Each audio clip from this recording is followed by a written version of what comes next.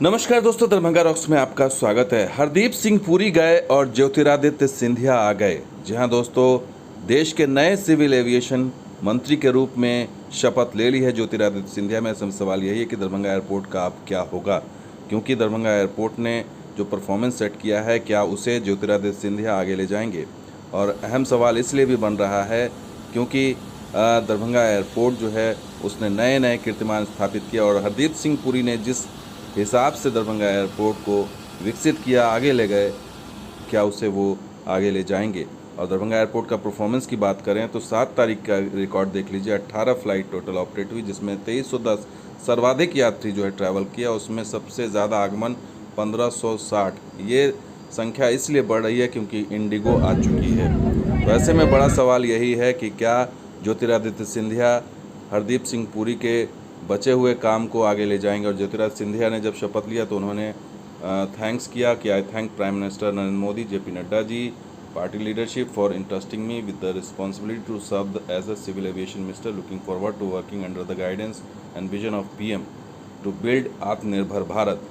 तो ये आत्मनिर्भर भारत की दिशा में दरभंगा एयरपोर्ट भी अपनी भूमिका निभा रहा है। दरभंगा एयरपोर्ट को लेकर के क्या उनका विजन होगा, ये देखने वाली बात होगी। अभी उन्होंने शपथ लिया है, और जिस तरह से दरभंगा एयरपोर्ट में इंडिगो के बाद स्पाइसजेट के बाद इंडिगो आया है, और जिस तरीके से यहाँ पर भूमि अधिग्रहण का मामला सुलझ गया है अब बिहार सरकार के अंडर में, तो क्या उसे परसू कर पाएंगे ज्योतिरादित्य सिंधिया, क्या इस काम में तेज़ी ला पाएंगे, ये देखना भी बड़ी बात है। क्योंकि जिस हिसाब से जो है वो हरदीप सिंह पुरी ने काम किया है दरभंगा एयरपोर्ट को लेकर के, अब उम्मीद मिथिला के लोग, उत्तर बिहार के लोग यही कर रहे हैं कि ज्योतिरादित्य सिंधिया उसी रफ्तार से दरभंगा एयरपोर्ट के विकास को लेकर के कुछ नया मास्टर प्लान लेकर के आएंगे। और आपको बता दें कि लिमिटेड संसाधन में हरदीप सिंह पुरी ने जो वादा किया था 8 नवंबर 2020 का, वो उन्होंने पूरा किया।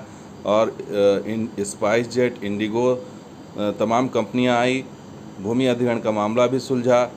कुल मिलाकर के स्थिति यह है कि अब दरभंगा एयरपोर्ट एक एक्चुअल टेक ऑफ की स्थिति में है, और यहाँ पर चेंज होना है, यहाँ पर लीडरशिप चेंज हुआ है। तो अब देखना होगा कि ये इस दरभंगा एयरपोर्ट के लिए फ़ायदेमंद वाली बात होती है या नहीं होती है। क्योंकि जो दौरा प्रस्तावित था, ऐसी खबर थी कि 9 जुलाई को हरदीप सिंह पुरी दरभंगा आने वाले थे।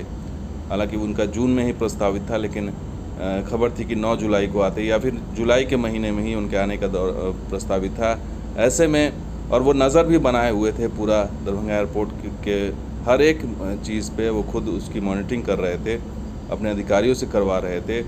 तो कुल मिलाकर के वैसी ही भूमिका क्या दिख पाएगी ज्योतिरादित्य सिंधिया की, ये देखना बहुत दिलचस्प होगा। और जब तक कि वो उसी तरीके से एक्टिव ना हो, जब तक कि वो उसी तरीके से दरभंगा के बारे में ना सोचें, तब तक के जो है आगे का विकास संभव नहीं है। और उम्मीद यही है कि जिस तरीके से दरभंगा परफॉर्मेंस टेल्स एवरीथिंग, अगर दरभंगा एयरपोर्ट ने परफॉर्मेंस दिखाया है और उड़ान स्कीम में नंबर 1 एयरपोर्ट बना है, सर्वाधिक यात्रियों का रिकॉर्ड तोड़ा है, तो उस आधार पर इसका विकास या इसका विस्तार तो बनता ही है।